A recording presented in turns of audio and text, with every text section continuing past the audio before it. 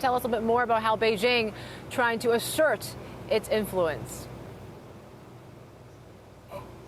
Well, Yvonne, you may well have noticed that when Kim stepped off the plane into Singapore, he was coming off an Air China Boeing 747 that was provided by Beijing. And really what the analysts are saying is it was also sending a message, which is we have your back, from China to the North Korean regime. Of course, China has a lot at stake in this summit as well, even if, as you say, it's not an active participant in the talks that are going to take place there in Singapore. Because if these talks fail, then of course there is the heightened risk of war on China's border. If they succeed, then from the Chinese perspective, there is the risk that Pyongyang is drawn closer into Washington's orb. So there are those aspects to consider. There's also the practical element, which is that Kim Jong Un simply doesn't have the aircraft or the military to have made that journey, that 3,000-mile journey from Pyongyang to Singapore safely, hence the need for this Air China 747 Boeing. It's the same plane, by the way, that President Xi uses. Not exactly the same plane, but he uses a 747 Boeing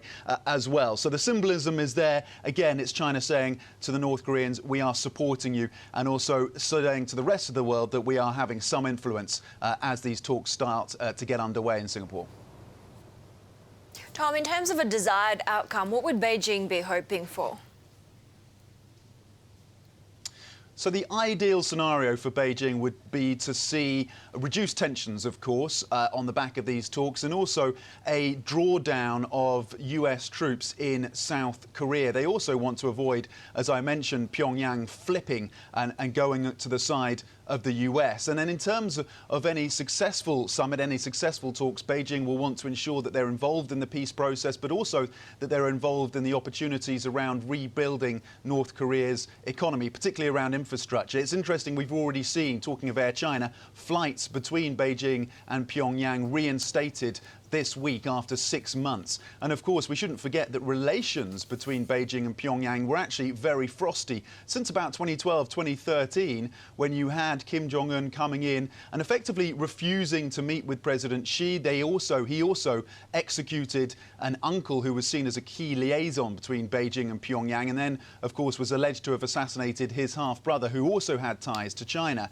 And then China, of course, has played this crucial role in implementing this very tough sanctions regime. So you have had a rapid about-face in terms of the relationship between Pyongyang and Beijing. Of course, Kim Jong Un coming over to China twice for meetings with President Xi. So the Chinese, again, clearly wanting to improve that relationship and make sure that they have a foothold in the process going forward.